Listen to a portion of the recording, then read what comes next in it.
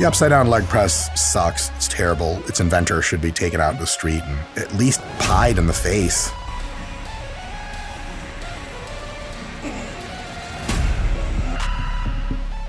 How do I be nice about this?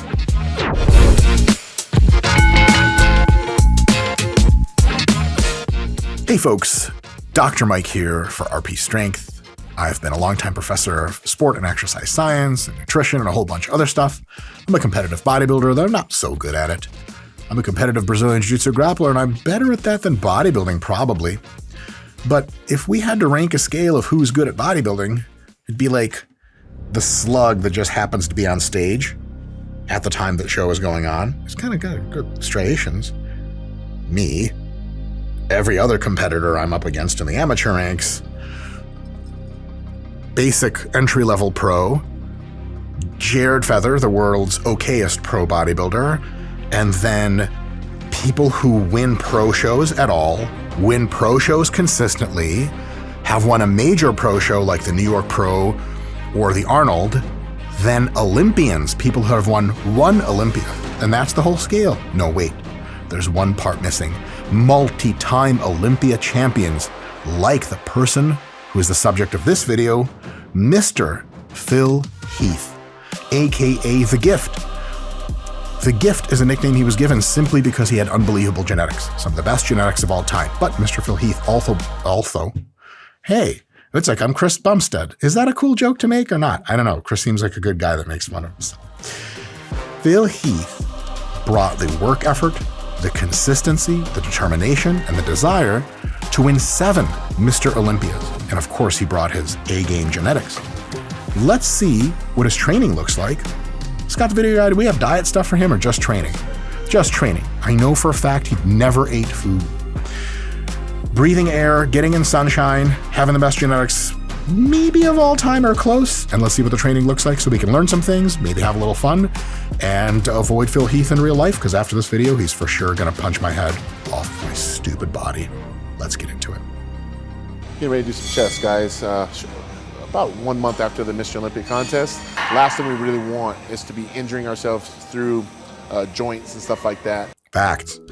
This is a thing that, like, when you're young and ego hungry, just YOLO is whatever, Sam Sulek. Right on. When you're Phil Heath and your job is to win as many Mr. Olympias in a row as you can, injury is such a cataclysmic, terrible thing that you're going to do a lot of stuff to avoid it.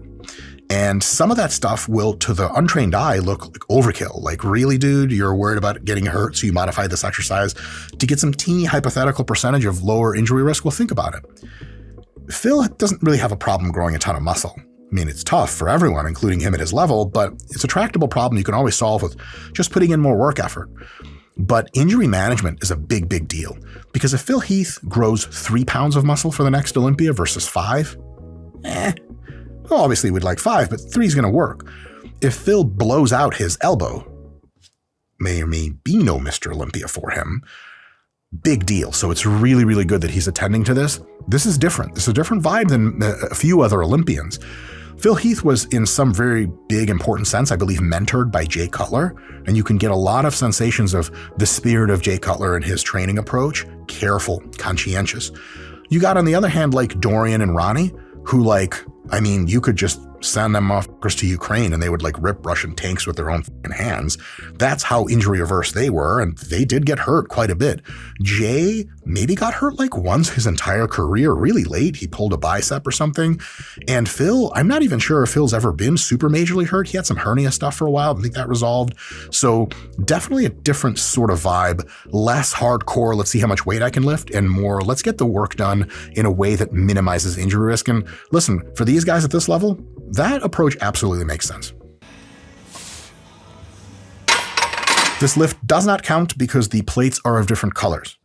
Phil Heath is now down 1 Olympia in my mind, so he's down to 6. Huge gym faux pas. Scott, how are we letting people get away with this sort of thing? Jared Feather would be triggered. Jared Feather would freak out. By the way, if you guys insist on using the same 45-pound plates, same design, same brand on both sides, and that they face the same way, I have 2 things to tell you. I love that energy, and you're mentally ill and need help. My trainer, Hani Rambot, doesn't usually like me doing this. Don't tell Hani. I hope you didn't see this video. Primarily because about early on in my career, had a couple of mishaps, slight pec tears and stuff like that. So he's always shied me away from doing barbell. All right, let me clear something up here, folks. That's a totally valid opinion, and I think in the context of how Hani probably reasons about it, it's totally accurate. Let's explain that context. The bench press is a more injurious exercise than other chest exercises if you assume two things about it. One, guys are going to try to load it up like crazy and go real heavy. Two, they're not going to use really good technique. The thing is, when you have males with high androgen levels and a super competitive drive, as a coach like Hani, you have to assume they're going to do some dumb shit, and so you just tell them, no more benching. It's kind of like when I was a child, I asked my father, Father, can I take the McLaren out for a spin? I was 9. He said no, and it wasn't because I couldn't control the McLaren at speed. I could, but because I was 9 years old, I was just tempted to go so fast I'd wrap the shit around a tree. So can you drive a McLaren F1 just at 60 miles an hour on the freeway? Absolutely. But if you're a couple beers deep and on tons of androgenic steroids and also meth, it's probably not a good idea for people to give you the keys to a sports car. You get the keys to a fucking radio flyer. You're sitting in this dumbass red wagon and, I don't know, just sit there, motherfucker, and think about your life. So in context, yeah, some barbell movements, because of how guys approach them, are more injurious in context. That being said, there is nothing for you, the viewer, categorically wrong or injurious about the bench press. If you control the eccentric, take a gentle pause on the chest, use a full or at least bottom part range of motion, and do a weight you can control at least for 5 reps, probably more like 10 to 20 reps in a set, with good technique and good motion, and a spotter with a proper warm-up. When we have tons of videos on our channel about how to warm up, right? The bench is a great exercise and is no more injurious than anything else. And barbell movements in general are great and no more injurious than anything else. But the injury potential for barbells, just when you inject the male ego, the lack of attention to technique, yeah, it's like giving someone a sports car that's 16 years old. You give a 55-year-old a sports car, he's going to take great care of it. You give a 16-year-old a sports car, just go to the ICU and wait. Is that a fucked up joke? We'll see. Folks, isn't this video going so well? And don't worry, there's more video left. But if you want extra, super, more video that doesn't even have a rating, we have a members area. Feel free to click on it. And also you get tons of other videos. It just costs a little bit of money, but look, I mean, like, we got bills to pay. Anyway, back to the video. Keeping it somewhat light with the 225, just trying to... That's a flex. You guys imagine that shit? It took me years to bench 225, somewhat light. Although in this angle, if you look at Phil's tricep is bigger than his head, it kind of makes sense.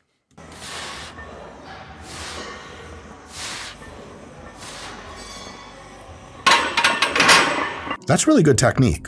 If I was a stickler, and I am, I'd like to see Phil retract his shoulder blades more underneath him, arch up a little bit to expand the chest to get it pre-stretched at the bottom.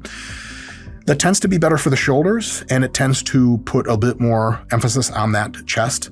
But really smooth reps, real gentle touches at the bottom. He's not bouncing off his shit. Largely full range of motion, at least gets the bottom part, which is the most important part. So this is quite good. Let's see if it holds up with the working weight. A little bit too much, in my view, of lack of tension at the bottom. He's kind of not slamming it at the bottom, but kind of detensing. I would like for a bit more control on the way down. So at the bottom, he's holding it for a sec and then back up, tension throughout. This is not bad. This is very good technique, but what am I if not making fun of people's technique and pointing out to them how they should lift better, even though my mark in bodybuilding is arguably negative and theirs is 7-time Mr. Olympia. So what we're doing on that is at the end of the rep is where it got the most difficult. So this is teaching you at the end to stick it. Which is dope, and that's good for athletes that want to push through someone in their sport. So more ballistic, like faster and faster on the way up is really good. For folks that are interested in just muscle growth, the opposite is true. Harder at the bottom. And yeah, you can learn to be stronger at the top, but you're learning it for nothing because on the bodybuilding stage or at the beach or at the club or in the gym, wherever you try to get laid for your muscles, nobody gives a shit what you can push through at the top of a lift. They just look at your triceps and like, oh my God, I love your like horseshoe hang. Do you want to like control on the way down? And they'll probably bleep that part out, but I said have consensual, mutually beneficial sexual intercourse. That's what muscles are for. OMW, on my way to you. So first of all, baller soundtrack. Second of all, look at all the time he's spending putting those straps into the bar. Now look, there's not a damn thing wrong with straps. Grandpa used them. Grandma used them. Grandpa and Grandma used them on each other. Oh, that's right, the old oak bed. What am I saying? Straps are cool. Chalk is cool. But if you want a method by which to make grip non-limiting factor, and you want to apply that device to the bar within 2 to 3 seconds versus however that is going to take, and I've done all the trying to put the straps into weird places before, VersaGrips are absolutely amazing in exactly this. And I believe I've seen Phil Heath use VersaGrips before. I don't want to put words in anyone's mouth, but they're just awesome. So one loop, you put it around, you put your fingers over it, and that bar is going nowhere. It's super, super great. I would give VersaGrips a look. We have a code that you can use that may pop up on the screen right now or not. And it'll save you money. And there's a link in the description of this video. And yes, this was an ad read. Haha, gotcha, bitches. Back to the video. Watch me walk away, putting myself on display. 1, 2, 3 a day. I'm on my way, on my way. Not terrible. If you're doing this at home, here are a few things you can try. First of all, take the supports out completely and put the barbell on the ground. The deepest stretch is better for you. It's better for your hamstrings, glutes, lower back, mid back, upper back, and your lats.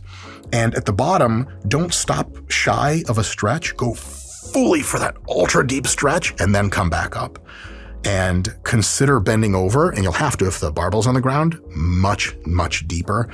That'll just get you a better back workout. You can get amazing results from doing it this way. It's just going to require more work.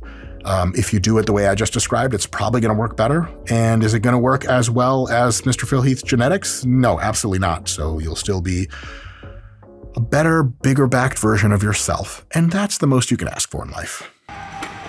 You got some leg curls, decent pace, good range of motion. I'd like a little slower at the bottom. And as usual, you know, man, Phil and these guys, Lee Priest is a similar way, tons of pro bodybuilders are. It's just impossible to calculate the reps in reserve. I don't know if that was 8 reps in reserve or 2 or 16. I have no idea. Let me know if you can figure it out. It is always curious to Jared Feather and myself when people try to refer to their favorite hard training pros that go to all the way to failure and stuff like that, like Dorian, etc., and be like, you got to train hard, man. All the guys at the top do it. But all the guys at the top don't do it. Very many, if not most of the guys at the top don't really go super close to failure, or it's just a giant question mark. What does this tell us? It tells us that when you have amazing genetics, you just put in a lot of time and effort, cool shit happens, and that's kind of 90% of the whole thing. It also tells us that things like specifics on range of motion or getting really close to failure are important details of your muscle growth plan. The main situation is put some fucking weights on your legs or in your hands, move around, get tired, and do this often and do it for years and eat lots of food, and that's where most growth comes from. But most growth is something that's cool for everyone else. For you personally, you want the most growth you can get. So really, really good technique and making sure to get at least 3 or 4 reps shy of failure on every work set is a really, really, really good idea. Like most exercise, especially with machines, you got to find that sweet spot. That sweet spot is where you find your body in the right alignment to get maximum contraction, where you feel not just a pump, but just like you feel the actual muscles engaging. That can take years to build, finding 2 things actually. First, your well-rehearsed detection mechanism of what is a sweet spot. You get beginners in the gym doing stuff and you're like, where do you feel this? They're like, I don't know. Where am I supposed to feel it? And you're like, never mind.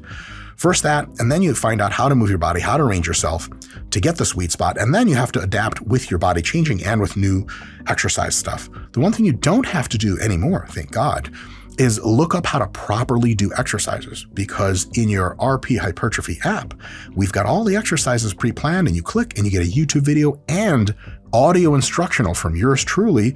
And I think Mr. Jared Feathers on the YouTube videos currently as the model, and boy, is he model-like. Wait, he's my son. Or is he? Or is he? What? In any case, the RP Hypertrophy app has all those videos so you can see all the awesome instructionals on how to do all the exercises, and then at least you don't have to worry about that part, and then finding the groove, that's all on you. Oh shit, we got squats.